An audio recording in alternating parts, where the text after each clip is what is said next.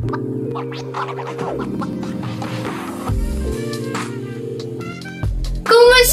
mga ka-Diskarte Chicks? Welcome back sa ating channel no kung saan ang usapin tungkol sa diskarte sa pag-ibig. Ngayon, pag-uusapan natin ang 6 tips para sa may maliit na talong.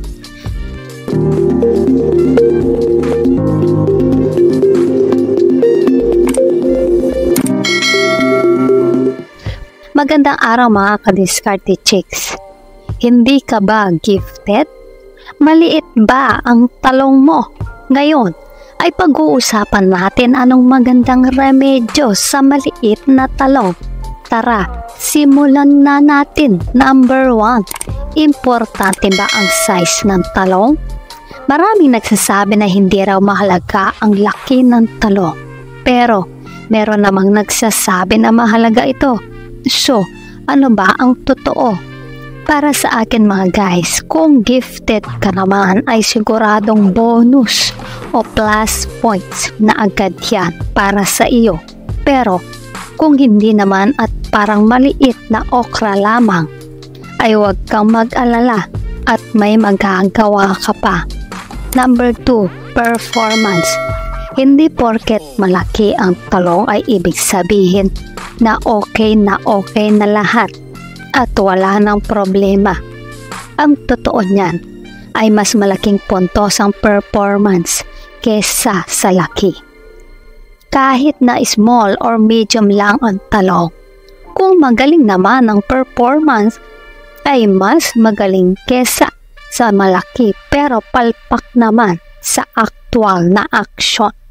Number 3, mag-explore ng mga posibilidad. Maraming pwedeng gawin kung maliit ang talong. Maraming naglalabas ang produkto ngayon na nagsasabing solusyon sa maliit na talong. Nandyan ang mga produktong parang vitamins. Nandyan ang mga gel type na pinapahid. So, marami yan mga guys. Epektibo ba? Hindi ko alam.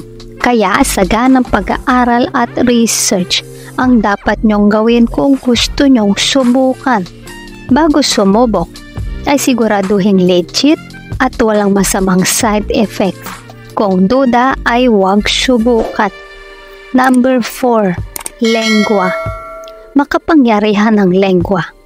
May mga pag-aaral na nagsasabing iilan lang sa mga babae ang tunay na nasisiyahan sa pagkikipagbakbakan, na halos wala sa 3 babae ang tunay na naliligayahan kung talong lamang ang gagamitin sa pagsalakay sa kuweba. Pero meron din pag-aaral na nagsasabing marami ang nasisiyahan sa pagkain ng mani. Kaya sa pagkikipagbakbakan, magandang marami kayong sandata na pwedeng gamitin. Hindi lang talong, isama mo na rin ang lengua, pagkain ng mani. Number 5, huwag kalimutan ang bundok ng tralala. Madalas nakakaligtaan nyo mga guys ang 2 bundok. Alam nyo ba ang 2 bundok na ito? Puno ng mga masisilang ugat na pwedeng makapagbigay ng lubos na kasiyahan. Lalong-lalo na sa ulo ng mga bundok na yan ay pwede nyong i-explore ng lengua. In fact, sobrang sensitibo ng mga ugat dyan at sobrang nakakapagpainit o nakakapagliya ng aming mga damdamin. Pero bago tayo magpatuloy, kung hindi ka pa nakakapag-subscribe, baka naman i-hit mo ng subscribe button. Now na! As in, now na! Number 6, pampatagal ng bakbakan. Kung hindi mo kayang daanin sa laki ng talong, ay daanin mo sa tagal ng labanan. So, paano ba ito gawin? Maraming paraan mga guys. Gagawa ko ng isang video para dito sa topic na ito. Pero isang advice ko lang para tumagal sa labanan ay hustong tulog mga guys.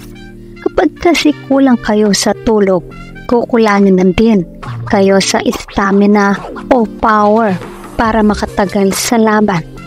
So bago makipagbakbakan, tiyaking may sapat na tulog kayo mga guys.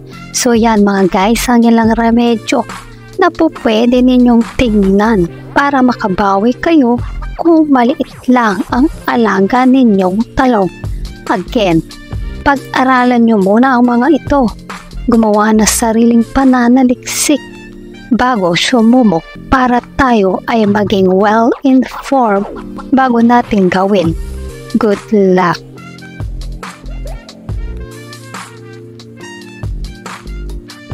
Kung nagustuhan mo ang video na ito, huwag kalimutang mag-like, share at subscribe para sa iba pang useful na content. Maraming salamat sa panonood. Hanggang sa susunod na video. Ingat kayo palagi. Let's spread love.